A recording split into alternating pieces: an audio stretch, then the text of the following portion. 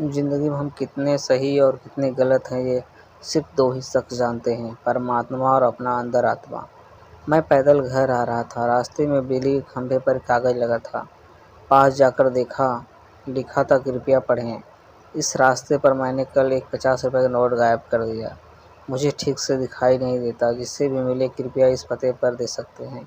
यह पढ़कर पता नहीं चला कि क्यों उस पते पर जाने की इच्छा हुई। यह याद रखें, यह उस गली के अंदर में घर था। अगर कहीं आवाज़ उठी तो एक उम्र बढ़ने के आंकड़े धीरे धीरे बाहर आए। मुझे सहज हुआ कि वह सब वहीं रहते हैं।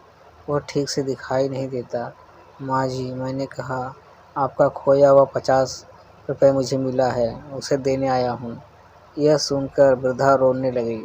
बेटा, अभी तक करीब 50-60 लोग मुझे 50-50 दे चुके हैं। पढ़ी लिखी नहीं हूँ, ठीक से दिखाई नहीं देता। पता नहीं कौन मेरी इस हालत को देख मेरी मदद करने के मकसद से लिख रहा है।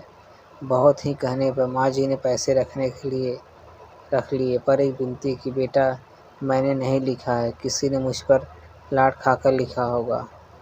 जाते समय उसे छोड़कर फेंक देना बेटा।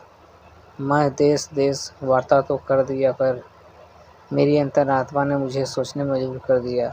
उन 50-60 लोगों से भी माँ ने यही कहा होगा, किसी ने भी नहीं छोड़ा है। जिंदगी हम कितने सही और कितने गलत हैं ये सिर्फ दो ही शख्स जानते हैं, परमात्मा और अपनी अंदर आत्मा। मेरा दिल उस व्यक्ति के प्रति शुक्रियादा से भर गया जिसने इस उम्र की सेवा का उपाय निकाला।